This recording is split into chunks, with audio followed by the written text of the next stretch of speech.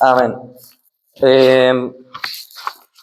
Pastor Daniel, ¿quiere pasar para orar para iniciar? Usted que es un hombre de fe tremendo. Amén. Si no, no pasa nada, ¿eh? Bueno. Gloria a Dios. Póngase bien, hermano. Vamos a hablar al Señor, vamos a pedirle que el Señor esta noche nos hable. Amén. Cada uno venimos por una palabra de Yo creo que nosotros estamos esta noche para que el Señor hable en nuestra vida. Vamos a estar orando, le vamos a pedir al Señor que use a su siervo que está acá adelante. Amén. Para que hable. Padre, en el nombre de Jesús. Una vez más en tu presencia estamos en este lugar para alabar y glorificar tu nombre. Señor, mira, bendito Dios, yo sé que hoy tienes algo especial para nosotros. Señor, en el nombre de Jesús yo te pido que no bendiga tu palabra porque ya tu palabra es bendita, pero bendice a tus siervos, dale palabra de sabiduría, úsalo para tu gloria y para tu honra. Padre del cielo, que sea tú hablando a nuestra vida. Gracias, Señor, porque este mensaje será de gran bendición para nuestra vida. Todo lo dejo en tus manos, sabiendo y creyendo que está hecho. En el glorioso nombre de tu Hijo amado Jesucristo. Amén. Muchas gracias, pastor. De nada. No, muchas gracias a usted. Tómense asiento, por favor. Ok. Yo estaba, como en todas las noches, normalmente, me acuesto en mi cama y me pongo a scrollear en TikTok. Yo estaba en ese momento pasando una situación, la cual no quiero recordar, pero bueno, está bien, es por el testimonio. Y me sale un mensaje de un chico, no es conocido ni nada, pero decía él que había leído un texto histórico del Antiguo Testamento. Y yo supuse que debía ser el libro de Éxodo, versículo 2 del 23 al 25. Si lo quiere anotar, anótelo. Yo lo voy a leer en una versión actual para que se entienda mejor. Y dice así: con el correr del tiempo, el rey de Egipto murió. Los israelitas, sin embargo, seguían quejándose y lamentándose de su esclavitud. Entonces, Dios escuchó sus lamentos y atendió sus quejas, acordándose de la alianza que había hecho con Abraham, Isaac y Jacob. Los vio Dios y se dio cuenta de su condición. ¿Qué pasaba con el pueblo de Israel? A lo largo y a lo ancho de todo el Antiguo Testamento, también en parte del Nuevo, Israel siempre estuvo bajo la esclavitud de pueblos extranjeros. Lo pudo ser Egipto, los madianitas, lo pudieron ser los babilonios, los asirios, los griegos, los romanos, y si nos ponemos a contar estamos toda la noche. Pero siempre pasaba una cosa, que Israel siempre en esa situación se arrodillaba y oraba desde el fondo de su corazón.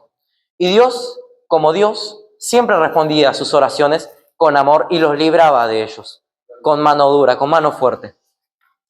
Pero siempre pasaba que esas oraciones solían ser breves, solían ser, ¿cómo se le puede decir? Claro, breves, superficiales. Era como, ahora, Señor, me postro ante ti, pero es por esto nomás. Pero Dios siempre quiso habitar entre Israel. Entonces, esto es lo que decía el chico, que le dijo al Señor: Señor, entonces, ¿qué quieres escuchar en nuestras oraciones? Y decía al muchacho que el Señor le respondió a través de un sueño con un maranata. ¿Qué quiere decir maranata? Maranata era una palabra que usaban los antiguos cristianos para decir Cristo viene pronto.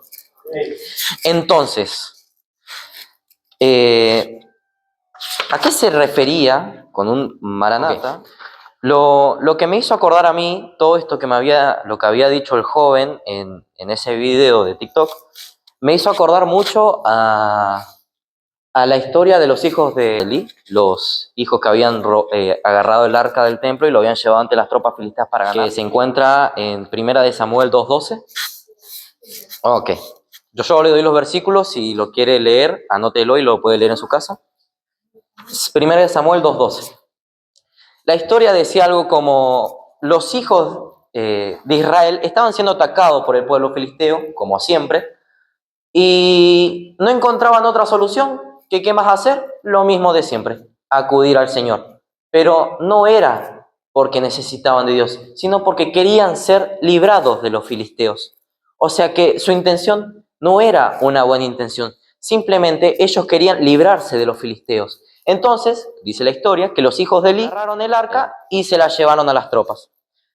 Sin reverencia alguna, sin temor alguno, tampoco se habían preparado como lo solían hacer los sacerdotes. Entraron, sacaron el arca y se la llevaron. Pero ¿qué pasó? Parece que los filisteos temían mucho más a Jehová que los mismos israelitas. Porque los israelitas decían, bien, tenemos al Señor de nuestro lado, tenemos al arca, ¿qué no van a hacer los filisteos estos? Más embargo, los filisteos decían, no, le decían a sus superiores, el Señor está con ellos, ¿qué podemos hacer ante el Dios de Israel? Porque parecía que ellos temían más a Dios de Israel, a nuestro Dios, a su Dios, a nuestro Dios, que los mismos israelitas.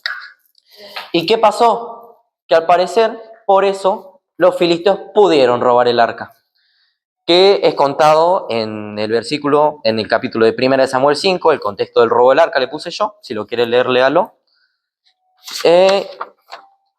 Y en 1 de Samuel 6, que los filisteos devuelven el arca después de un tiempo. Y me pregunté, ¿habrá clamado realmente Israel para que el arca volviera a ellos?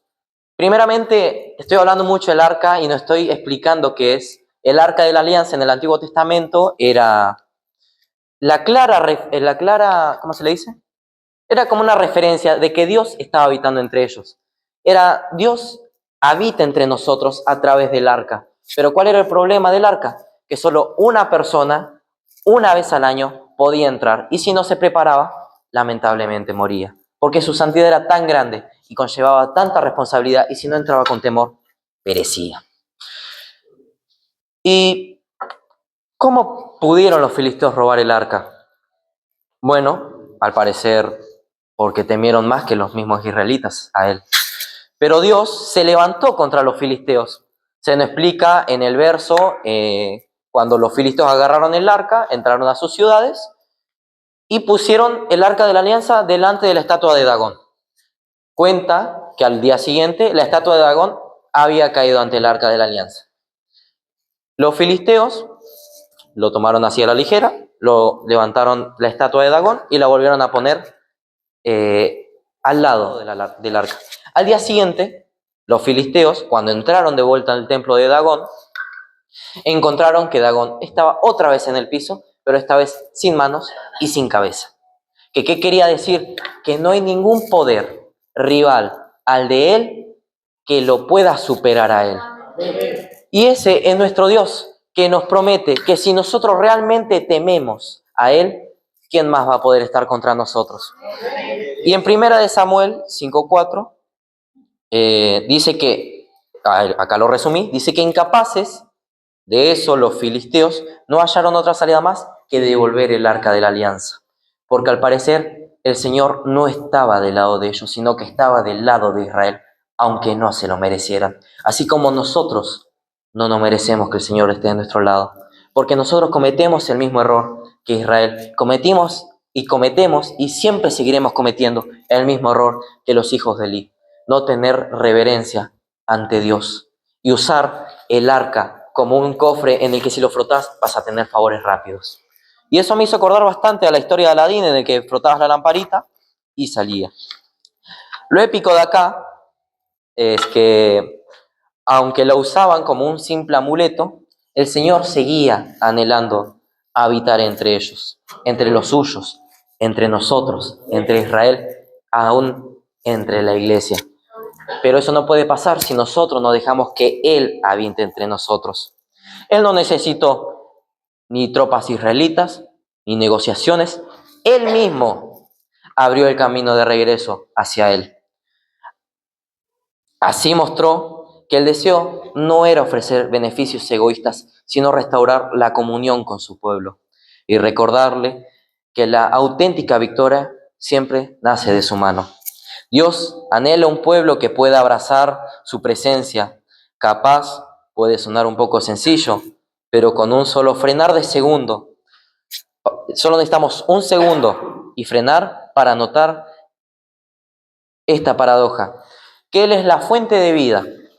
Y sin embargo, si uno se aproxima sin temor, de reverencia, esa misma santidad puede traer muerte. A lo largo y a lo ancho de toda la Escritura siempre notamos el mismo patrón. Dios queriendo habitar entre los hijos de Israel. Y aún en el Nuevo Testamento, Dios queriendo habitar entre los hijos de Israel. Pero ya no fue nomás para los hijos de Israel, fue para todos nosotros. Ya que envió a su Hijo Jesús, que fue la prueba más clara de que Él quería habitar entre nosotros. ¿Y cómo podemos habitar entre Él? Reconociendo nuestros pecados, decir, mira, Señor, ¿sabes qué? Yo no soy el mejor de todos, tengo mis errores, yo sé que por ahí puedo hacer que muchos digan que los cristianos somos unos falsos.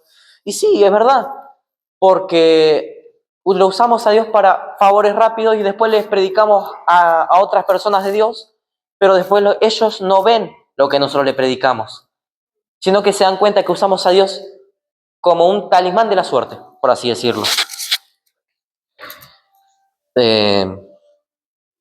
Por eso Jesús nos exhorta, busquen primeramente el reino de Dios y su justicia y todo el resto vendrá por añadidura. Acá está la clave. Cuando uno se establezca permanentemente en ese reino y en esa justicia, será cuando Cristo regrese en gloria. Es así como Dios dijera, anhelo mi retorno. Todo lo demás es pasajero, la plata, el oro, la vida, la tierra, hasta el mismo universo es pasajero. Lo único que no es pasajero es aquel que creó lo pasajero. Es lo que me daba a entender este joven. Cuando entendamos realmente qué significa el regreso de Jesús, todo lo demás va a perder completamente el valor. No va a importar cómo vayan las notas en la universidad, cómo vayan las notas en la secundaria, cómo te vaya en el trabajo, si tu vecino te miró mal, si no te miró mal, si el pastor Néstor te saludó, no te saludó, si el pastor Daniel te tiró un chiste, no te tiró un chiste. Aunque a mí sí me pone triste que el pastor Daniel no me tire chistes, pero bueno. Cuando comencemos a orar realmente Maranata, todo lo demás va a ser vano. Si entendemos que esperamos realmente el regreso de Jesús a vivir con nosotros, al Creador de todo, al que nos presentará la vida eterna, lo demás se va a volver insignificante. Si lo buscamos a Él y a Él, lo buscamos a Él y a Él le gusta hacer felices a quienes lo rodean. Creemos que Él proveerá. Maranata viene con una oración explícita. Abba, papito querido, en la traducción hebrea. Abba, Maranata.